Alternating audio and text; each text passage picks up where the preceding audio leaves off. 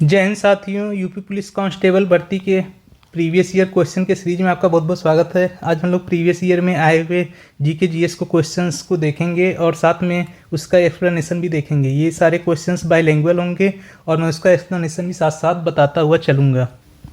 और ये सभी क्वेश्चंस 2024 वाले पेपर में आए हुए हैं, तो सारे काफ़ी ज़्यादा इंपॉर्टेंट हैं और लेटेस्ट पैटर्न पे आधारित हैं। इससे आपको एग्जाम के पैटर्न का भी एक अंदाज़ा लग जाएगा। साथ में इससे जुड़े हुए फैक्ट भी हम लोग देखते हुए चलेंगे, ताकि एग्जाम में क्वेश्चन कितना भी घुमा करके पूछेगा तो आपका गलत नहीं होने पाएगा। तो चलिए स्टार्ट करते हैं आज का पहला क्वेश्चन। पहला क्वेश्चन है हम लोगों का, इंडियन नेशनल कांग्रेस, भारतीय राष्ट्रीय कांग्रेस की स्थापना किस वर्ष हुई थी? तो इसका कौन सा ऑप्शन सही हो जाएगा? ऑप्शन डी इसका सही हो जाएगा, 1885 ईस्वी में हुई थी। कहीं कहीं डेट भी पूछ लेता है तो डेट भी याद रखिएगा, 28 दिसंबर 1885। कहाँ पे जगह का नाम भी पूछा जाता है एग्जाम में, काफ़ी ज़्यादा इंपॉर्टेंट है। बॉम्बे में हुआ था। किस जगह पे हुआ था? स्पेसिफिक एक कॉलेज में हुआ था, गोकुलदास तेजपाल संस्कृत कॉलेज, यहाँ पे हुआ था। इसकी स्थापना किसने की थी? ये नाम पूछा जाता है, ए.ओ. ह्यूम। ए.ओ. ह्यूम ने की थी। और पहले प्रेसिडेंट कौन थे? जो पहला मीटिंग हुआ था कांग्रेस का, उसके प्रेसिडेंट थे W.C. बनर्जी। पूरा नाम भी पूछा जा सकता है, व्योमेश चंद्र बनर्जी। इसमें इस समय 72 मेंबर्स फर्स्ट मीटिंग में आए हुए थे और यहीं पे कांग्रेस की स्थापना हुई थी 1885 में। एक क्वेश्चन और काफ़ी ज़्यादा इंपॉर्टेंट है जो इससे पूछा जाता है, पहली महिला अध्यक्ष कौन थी कांग्रेस की? तो पहली महिला अध्यक्ष थी एनी बेसेंट। लेकिन अगर ये पूछ ले कि पहली भारतीय महिला अध्यक्ष कौन थी, तो पहली भारतीय महिला अध्यक्ष थी सरोजिनी नायडू। अच्छा, ईयर भी कभी पूछ लेता है, एनी बेसेंट किस ईयर में प्रेसिडेंट थी? 1917 में थी। और ये पहली भारतीय महिला सरोजिनी नायडू, ये किस ईयर में थी? 1925। तो इतने सारे फैक्ट जो भी कांग्रेस से रिलेटेड इंपॉर्टेंट थे मैंने आपको यहाँ पे डिस्कस कर लिया है। अब चलिए अगले क्वेश्चन पर चलते हैं। प्रायद्वीपीय भारत की सबसे लंबी नदी का क्या नाम है? तो सबसे पहले देखते हैं कि प्रायद्वीप किसे कहते हैं। प्रायद्वीप ऐसे ज़मीन का हिस्सा होता है जो तीन तरफ से पानी से घिरा हुआ है। तो ये देखिए आप, नीचे के साइड में जो इंडिया का पोर्शन है वो कहीं ना कहीं तीन तरफ से पानी से घिरा हुआ है, तो इसी को हम लोग पेनिनसुलर इंडिया कह रहे हैं। अब पेनिनसुलर इंडिया यानी कि प्रायद्वीपीय भारत की तीन प्रमुख नदियाँ हैं। पहली है गोदावरी, और फिर कृष्णा, फिर कावेरी लास्ट में। तो इसके क्रम से रिलेटेड आपको क्वेश्चन नहीं पूछेगा एग्जाम में कि सबसे ऊपर कौन सी है, सबसे, ये सब पीसीएस और यूपीएससी लेवल के क्वेश्चंस बनते हैं। हाँ, लेकिन आपसे ये पूछा जा सकता है कि इनका उद्गम स्थान कहाँ कहाँ पे है। तो ऊपर गोदावरी है, फिर कृष्णा है, फिर कावेरी है। ये तीनों समझ में आ गया सीक्वेंस। गोदावरी का उद्गम कहाँ से होता है? त्र्यंबकेश्वर, और ये भी महाराष्ट्र में है, महाराष्ट्र। नेक्स्ट आप देखेंगे कृष्णा नदी का उद्गम कहाँ से होता है? महाबलेश्वर से होता है, और ये भी महाराष्ट्र में है। नेक्स्ट है हमारा कावेरी, आखिरी वाली इंपॉर्टेंट रिवर है कावेरी। ब्रह्मगिरी की पहाड़ियों से इसका उद्गम होता है, ब्रह्मगिरी, और ये कहाँ पे है? कर्नाटक। तो महाराष्ट्र से दो हो गया, एक त्र्यंबकेश्वर से गोदावरी नदी, महाबलेश्वर से कृष्णा नदी, और कावेरी नदी ब्रह्मगिरी की पहाड़ियों से निकलती है जो कि कर्नाटक में है। तो ये इसका ओरिजिन से रिलेटेड क्वेश्चन हो गया। अब हमारा क्वेश्चन पूछा क्या गया है? प्रायद्वीपीय भारत की सबसे लंबी नदी। तो इसमें याद रखिएगा, अगर लेंथ वाइज देखा जाएगा तो गोदावरी सबसे ज़्यादा इंपॉर्टेंट रिवर है, इसे दक्षिण भारत की गंगा भी कहा जाता है। कुछ लोग कंफ्यूज रहते हैं कावेरी से भी, तो एग्जाम में आएगा तो आप गोदावरी को टिक कर सकते हैं, सही रहेगा कि दक्षिण भारत की गंगा गोदावरी कहते हैं। और प्रायद्वीपीय भारत में जो तीन प्रमुख नदियां ये मैंने बताई हैं, इसमें सबसे अधिक लंबाई गोदावरी की है। गोदावरी की लंबाई है 1465 के लगभग में, 1465 किलोमीटर लगभग है। ये लगभग 1400 किलोमीटर है। आपको इसकी लंबाई याद नहीं रखनी है, बस मैं एक कंपैरिजन के लिए बता दे रहा हूँ। नर्मदा नदी से जुड़ा हुआ एक फैक्ट याद रखिएगा कि ये विंध्या और सतपुड़ा, ये रिफ्ट घाटी में, यहाँ से या भ्रंश घाटी में ये नदी बहती है, नर्मदा नदी। कावेरी नदी की लंबाई लगभग 800 किलोमीटर के आसपास है, नियर अबाउट। तो 1465 गोदावरी की, कृष्णा की 1400, और 800 किलोमीटर हो गई कावेरी नदी की। ये पेनिनसुलर इंडिया यानी प्रायद्वीपीय भारत की नदियों का लंबाई का मैंने बता दिया सीक्वेंस। और ये उत्तर से दक्षिण का क्रम होता है। ऐसा नहीं कि बीच में और नदियाँ नहीं हैं, छोटी छोटी और भी नदियाँ हैं, लेकिन एग्जाम पॉइंट ऑफ व्यू से ये तीनों इंपॉर्टेंट है, इसको याद रखिएगा, गोदावरी, कृष्णा, कावेरी। और इनका ओरिजिन से भी रिलेटेड क्वेश्चंस काफ़ी इंपॉर्टेंट है, बन सकता है एग्जाम में। नर्मदा नदी का मैंने बता दिया, महानदी का भी ओरिजिन पूछा जा सकता है एग्जाम में। तो ये होता है छत्तीसगढ़ से उद्गम होता है इसका। और सिहावा की पहाड़ियाँ, स्पेसिफिक नाम अगर दे दिया, सिहावा की पहाड़ी। अच्छा, इससे जुड़ा हुआ एक फैक्ट और है महानदी से, वो फैक्ट ये है, सॉरी नर्मदा नहीं, ये महानदी। इससे जुड़ा हुआ फैक्ट ये है महानदी से जुड़ा हुआ कि हीराकुंड बांध, जो कि इंडिया का सबसे लंबा बांध है, अगर लेंथ वाइज देखा जाए तो ये सबसे लंबा बांध है, सबसे लंबा बांध। तो ये महानदी पे बनाया गया है। तो इस फैक्ट को भी याद रखिएगा, और बहुत ज़्यादा इंपॉर्टेंट है, हीराकुंड से रिलेटेड एग्जाम में क्वेश्चन बनते रहते हैं। तो यहाँ मुझे लगता है आपको इससे जुड़ा हुआ सारे फैक्ट समझ में आ गया होगा। एक नर्मदा का हम लोग उद्गम नहीं देखेंगे, ये भी देख लेते हैं। अमरकंटक की पहाड़ी याद रखिएगा, अमरकंटक कहाँ पे है, मध्य प्रदेश में। तो इतने सारे फैक्ट हम लोग देख चुके हैं, इससे जुड़ा हुआ कोई भी क्वेश्चन आएगा तो आपका गलत नहीं होने पाएगा। चलिए अगले सवाल पे चलते हैं। अगला सवाल है हमारा, भारतीय संविधान का कौन सा भाग राज्य के नीति निर्देशक सिद्धांतों से संबंधित है, यानी डीपीएसपी से संबंधित है। तो एग्जाम पॉइंट ऑफ व्यू से स्टार्टिंग के 4 पार्ट तो बहुत ज़्यादा इंपॉर्टेंट हैं और इससे क्वेश्चंस बनते ही रहते हैं, और इसके आर्टिकल भी काफ़ी ज़्यादा इंपॉर्टेंट होते हैं। तो पार्ट के बारे में देख लेते हैं कुछ, मैं पार्ट आपको यहाँ पे बता दे रहा हूँ। भाग 1, भाग 2, भाग 3 और भाग 4, 4 का ए, ये सारे इंपॉर्टेंट पार्ट्स हैं आपके। ठीक, फर्स्ट पार्ट यानी पहले भाग में क्या दिया हुआ है संविधान में, संघ और उसकी टेरिटरी। ठीक, तो उसका जो एरिया है उसके बारे में पार्ट 1 में बताया गया है, इंडिया का जो भी एरिया है उसके बारे में डिफिनीशन दिया गया है। पार्ट 2 में किससे रिलेटेड आर्टिकल हैं, तो पार्ट 2 हमारा डील करता है सिटीजनशिप से, यानी नागरिकता से। पार्ट 3 किससे डील करता है, मौलिक अधिकार, मौलिक कर्तव्य नहीं, मौलिक अधिकार। ये चीज़ डिफरेंस याद रखिएगा, कई कई क्वेश्चन पढ़ने में भी गलती हो जाती है और हम लोग गलत टिक करके आ जाते हैं। तो देखिएगा ध्यान से, मौलिक अधिकार दिया है या मौलिक कर्तव्य दिया हुआ है। और जो हमारा डीपीएसपी, जो कि आज का सवाल है, राज्य के नीति निर्देशक सिद्धांत, ये किस में दिया हुआ है, डीपीएसपी पार्ट 4 में दिया हुआ है। डीपीएसपी पार्ट 4A में क्या दिया गया है, मौलिक कर्तव्य। ठीक, पहले ये भाग संविधान में मूल रूप से नहीं था, ये कब जोड़ा गया, ये भी एग्जाम का क्वेश्चन है 1976 में। मौलिक कर्तव्य संविधान में कब जोड़े गए, 1976 में 42वें संविधान संशोधन के द्वारा। ठीक, ये भी क्वेश्चन पूछा जाता है, बहुत इंपॉर्टेंट है। और साथ ही मौलिक कर्तव्य से जुड़ी हुई समिति या कमेटी का नाम क्या था, तो याद रखिएगा स्वर्ण सिंह कमेटी, स्वर्ण सिंह समिति इससे जुड़ी हुई थी, जिसके रिकमेंडेशन पे ये ऐड किए गए थे राज्य के मौलिक कर्तव्यों को। एक क्वेश्चन और बन सकता है अगर टफ करना हो क्वेश्चन को, कि ये सिद्धांत लिया कहाँ से गया, कि मौलिक कर्तव्य हमारे संविधान में होने चाहिए, ये किस देश से लिया गया है, तो ये लिया गया है यूएसएसआर से, सोवियत संघ। पहले इसको सोवियत संघ कहा जाता था, रसिया जब कंबाइंड थे कई सारे देश, तो सोवियत संघ से ये लिया गया था कॉन्सेप्ट। तो इतनी चीज़ें थी हमारे सिद्धांतों से संबंधित, मैंने सारे बता दिए हैं, आपको एक्सप्लेन कर दिया है। अब आप खुद ही इसका जवाब दे सकते हैं। तो इसका करेक्ट आंसर क्या होगा क्वेश्चन का, 4th पार्ट। 4th किससे डील है, मौलिक कर्तव्य से। और मौलिक अधिकार किससे डील कर रहा है, पार्ट 3 से। चलिए अगला क्वेश्चन चलते हैं। क्वेश्चन हमारा, क्रोएशिया गणराज्य की राजधानी क्या है, तो रिपब्लिक ऑफ क्रोएशिया की राजधानी पूछा गया है। तो मैं राजधानी वाले पे स्पेशल एक वीडियो बना दूंगा, और उसमें सारे देशों का राजधानी और उसकी मुद्राएं, कभी कभी करेंसी भी पूछी जाती है, तो उससे रिलेटेड मैं एक अपडेटेड वीडियो बना दूंगा। हालांकि हम लोग के प्लेलिस्ट में अवेलेबल है कुछ वीडियोस उससे जुड़ी हुई। तो सबसे पहले क्रोएशिया के बारे में समझते हैं, क्रोएशिया कहाँ पे है। तो क्रोएशिया यूरोप की एक कंट्री है, ठीक, और इसकी राजधानी कहाँ पे है, ऑप्शन सी करेक्ट हो जाएगा, जाग्रेब। जाग्रेब इसकी राजधानी है। अच्छा, आप यूरोप का मैप जब देखेंगे, ये इटली वाला पोर्शन है, और इटली के राइट साइड में ही क्रोएशिया पड़ता है आपका। और यहाँ पे आपको पता ही है कि यहाँ पे भूमध्य सागर है आपका। तो क्रोएशिया से रिलेटेड फैक्ट हो गया, यूरोप की कंट्री है और इसकी राजधानी है जाग्रेब। चलिए नेक्स्ट क्वेश्चन पे चलते हैं। अगला क्वेश्चन है हमारा, निम्नलिखित में से कौन सी रेखा फ्रांस और जर्मनी के बीच सीमा है। तो इसका करेक्ट आंसर हो जाएगा सिगफ्रीड लाइन।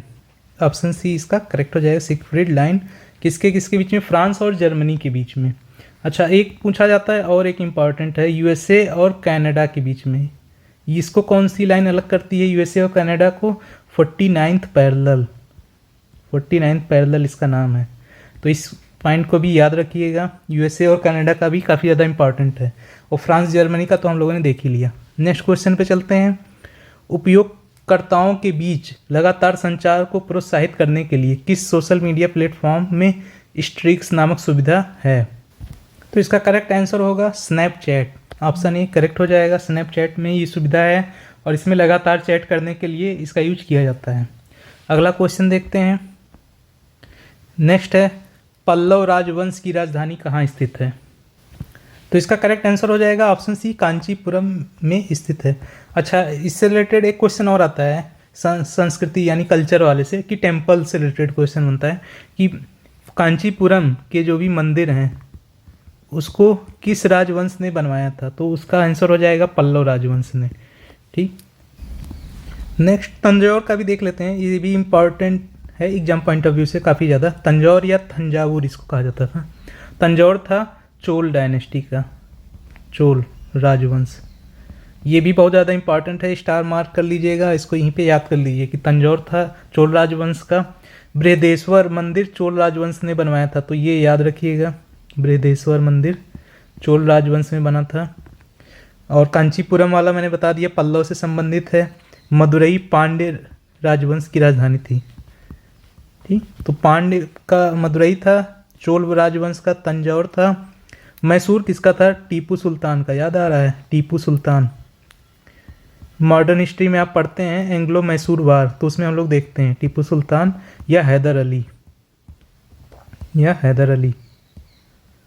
चलिए अगले क्वेश्चन पे चलते हैं। अगला क्वेश्चन है, वित्तीय स्थिरता बोर्ड यानी कि फाइनेंशियल स्टेबिलिटी बोर्ड क्या करता है? तो इसमें पूछा गया है कि फाइनेंशियल स्टेबिलिटी बोर्ड का क्या काम है।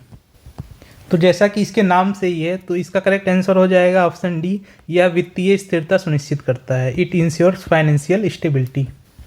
और इसका हेडक्वार्टर भी पूछा जा सकता है, ये भी इंपॉर्टेंट है। इसका हेडक्वार्टर क्या है? स्विट्जरलैंड, स्विट्जरलैंड में बेसेल, बेसेल। तो ये फैक्ट भी इसका इंपॉर्टेंट है, इसको याद रखिएगा। तो फंक्शन से रिलेटेड पूछा है, हो सकता है अब की बार पूछ ले कि इसका हेडक्वार्टर कहाँ है। तो एफएसबी का हेडक्वार्टर स्विट्जरलैंड बेसेल में है। अगला क्वेश्चन देखते हैं। विदेश व्यापार महानिदेशालय, directorate general of foreign trade comes under, ये सॉरी सी रहेगा, कम्स अंडर विच मिनिस्ट्री, किस मिनिस्ट्री के अंतर्गत आता है? तो इसका करेक्ट आंसर क्या हो जाएगा? Ministry of commerce and industry. Option D इसका करेक्ट आंसर हो जाएगा। Ministry of commerce and industry के अंतर्गत ये आता है। ऑप्शन डी इसको हिंदी में भी करेक्ट कर लीजिएगा, वाणिज्य और उद्योग मंत्रालय। अगला क्वेश्चन देखते हैं हम लोग। परमाणु ऊर्जा के उत्पादन के लिए कौन सा तत्व आवश्यक है? तो इसका करेक्ट आंसर हो जाएगा ऑप्शन डी, यूरेनियम। तो इस क्वेश्चन को याद रखिएगा, यूरेनियम, थोरियम, ये सब यूज होते हैं। जितने भी हमारे रेडियो एक्टिव एलिमेंट होते हैं वो सभी नाभिकीय ऊर्जा के उत्पादन के लिए ज़रूरी हैं। और साथ में ये किस सिद्धांत पे काम करता है? जितने भी हमारे न्यूक्लियर रिएक्टर होते हैं, न्यूक्लियर रिएक्टर, ये किस सिद्धांत पे काम करते हैं? ये काम करते हैं न्यूक्लियर फिशन यानी नाभिकीय विखंडन। एक होता है न्यूक्लियर फ्यूजन यानी नाभिकीय संलयन। तो संलयन पे बेस्ड होता है हाइड्रोजन बम, ठीक। और ये होता है जो हमारी बिजली उत्पन्न की जा रही है, परमाणु बम होते हैं, ये सभी अभी नाभिकीय विखंडन पे ही काम कर रहे हैं। तो अभी इसकी टेक्नोलॉजी डेवलप नहीं हो पाई है। जो सूर्य की ऊर्जा का स्रोत है वो नाभिकीय संलयन है। तो इस पॉइंट को याद रखिएगा, हो सकता है एग्जाम में पूछ ले। नाभिकीय संलयन इंग्लिश में कहते हैं फ्यूजन, न्यूक्लियर फ्यूजन। तो ये चीज़ याद रखिएगा और यूरेनियम इस क्वेश्चन का करेक्ट आंसर हो जाएगा। अगले क्वेश्चन पे चलते हैं। नोएडा उत्तर प्रदेश के किस जिले के अंतर्गत आता है? तो इसका करेक्ट आंसर क्या हो जाएगा? तो इसका करेक्ट आंसर ऑप्शन डी होगा, गौतम बुद्ध नगर, जीबी नगर भी इसको कहा जाता है। और ग्रेटर नोएडा का नाम सुनेंगे, हो सकता है इससे भी क्वेश्चन पूछ ले। ग्रेटर नोएडा भी इसी जिले में आता है, गौतम बुद्ध नगर। अच्छा, नोएडा क्या है? नोएडा का एक फुल फॉर्म है, इसको याद रखिएगा, हो सकता है एग्जाम में ये भी पूछ ले। New Okhla industrial development authority. तो ये इसका फुल फॉर्म है, इसको याद रखिएगा, डेवलपमेंट अथॉरिटी। और ये दिल्ली एनसीआर का पार्ट है, यानी नेशनल कैपिटल रीजन का पार्ट है। चलिए अगले क्वेश्चन पे चलते हैं।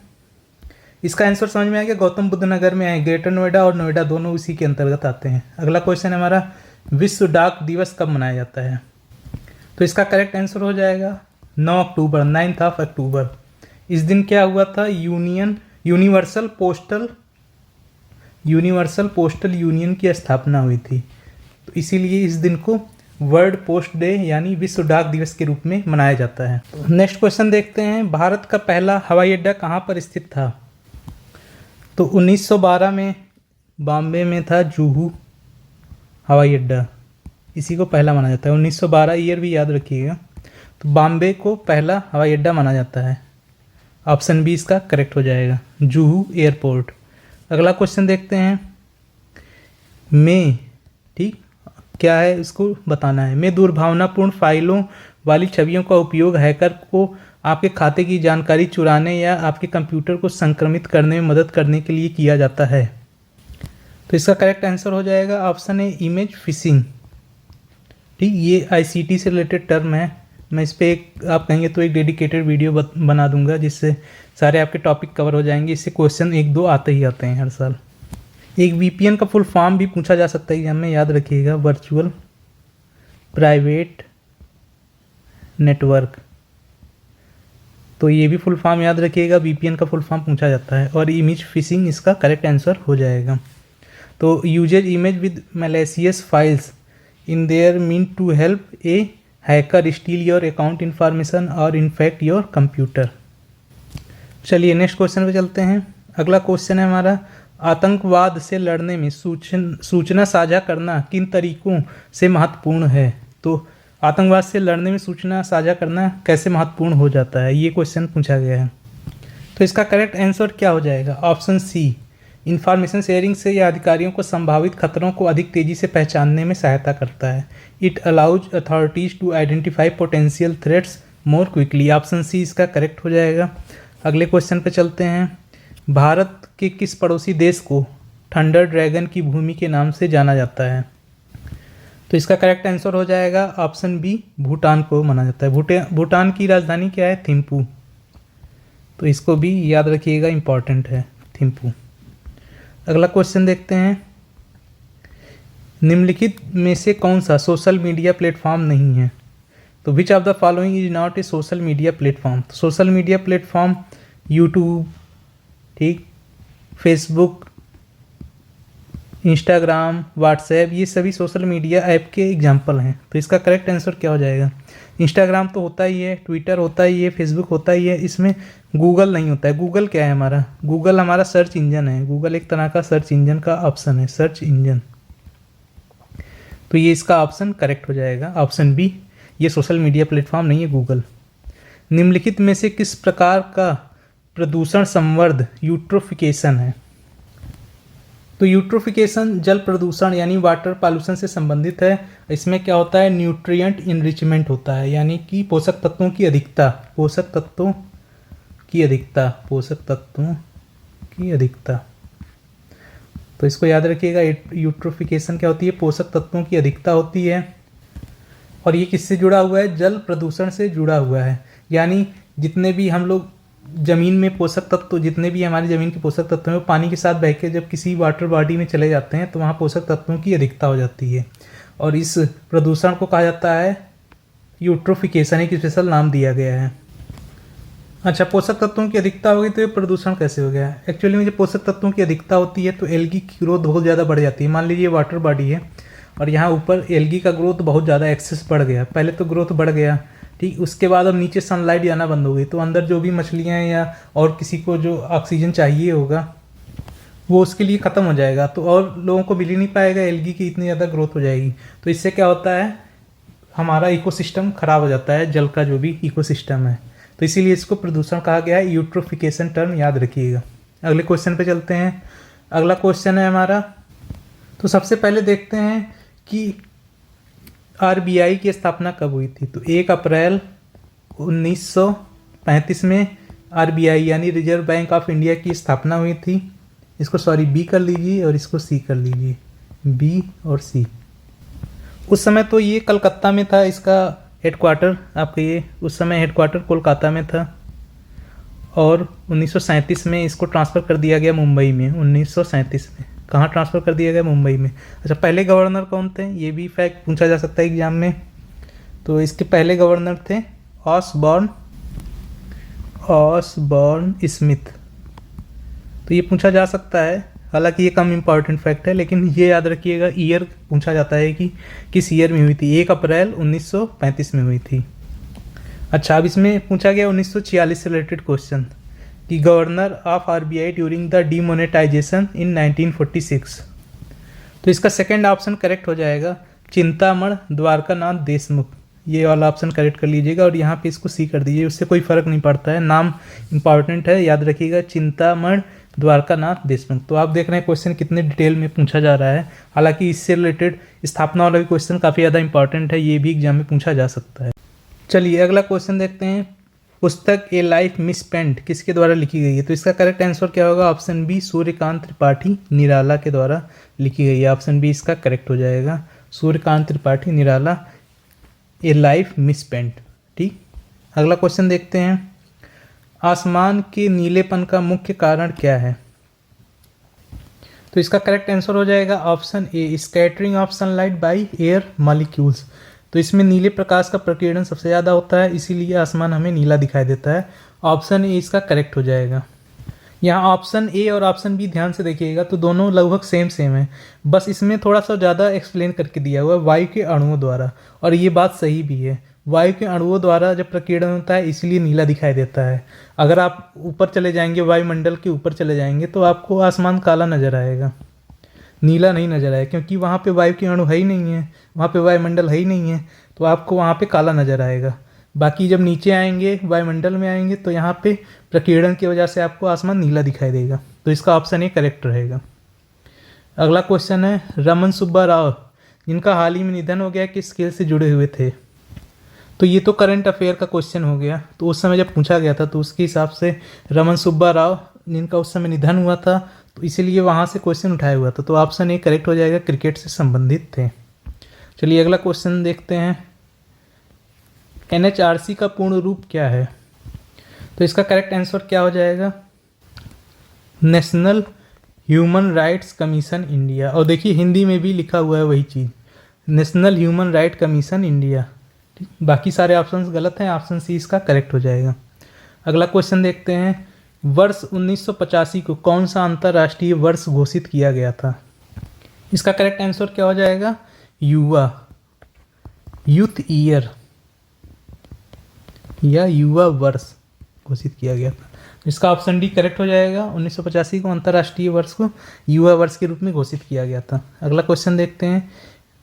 नेक्स्ट क्वेश्चन है, BRI का फुल फॉर्म क्या है? तो उस समय न्यूज में भी था, बेल्ट एंड रोड इनिशिएटिव, इसको याद रखिएगा, belt and road initiative. Option A इसका करेक्ट हो जाएगा, बेल्ट एंड रोड इनिशिएटिव। अगला क्वेश्चन देखते हैं।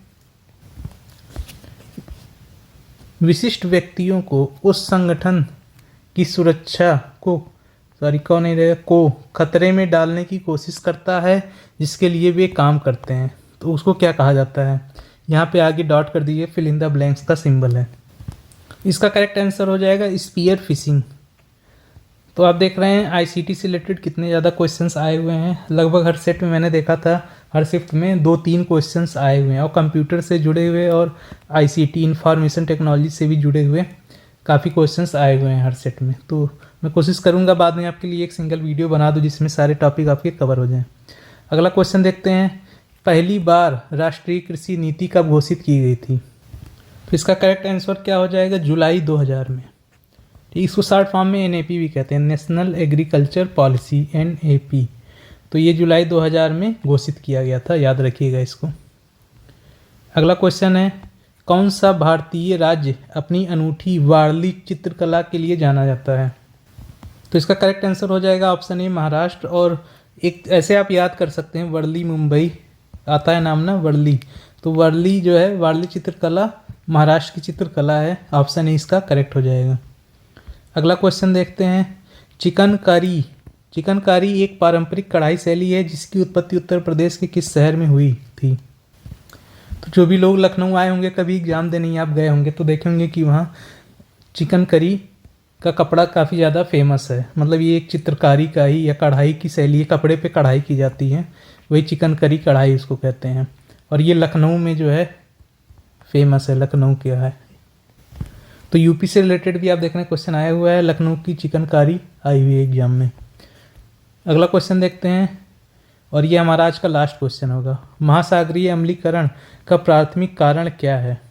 तो ओशियन एसिडिफिकेशन। ठीक, ये कैसे होता है ये मैं समझाता हूँ आपको। तो जो भी हमारे समुद्र हैं, समुद्र में CO2 गैस जब घुलती है तो H2CO3 कार्बोनिक अम्ल बनाती है। तो जितना ज़्यादा कार्बन डाइऑक्साइड का उत्सर्जन बढ़ता जा रहा है वायुमंडल में, तो वहाँ से ओशियंस क्या करते हैं, एब्जॉर्ब करते हैं CO2 को। तो CO2 को एब्जॉर्ब कर रहे हैं तो H2CO3 बना रहे हैं, कार्बोनिक अम्ल बना रहे हैं। और कार्बोनिक अम्ल एसिडिक होता है और इसीलिए एसिडिफिकेशन जो है बढ़ता जा रहा है हमारे समुद्री बॉडीज का या वाटर बॉडीज का आप कह सकते हैं ओशियन में। तो चलिए एक क्वेश्चन आपके लिए मैं दे रहा हूँ, अगर इसका एसिडिफिकेशन हो रहा है, ओशियन का अम्लीकरण हो रहा है, तो उससे उसके pH वैल्यू पे क्या असर पड़ेगा? pH वैल्यू घटेगी या pH वैल्यू बढ़ेगी? इसमें से क्या होगा? आप कमेंट बॉक्स में आंसर जरूर दीजिएगा, इससे आपका एक कॉन्सेप्ट क्लियर हो जाएगा। बाकी मैं और सेट के भी क्वेश्चंस साथ में करा दूंगा। तो वीडियो अच्छी लगी हो तो लाइक करिएगा और ऐसे लेटेस्ट वीडियो और अपडेट के लिए चैनल को सब्सक्राइब करिएगा। Thank you for watching. Thank you.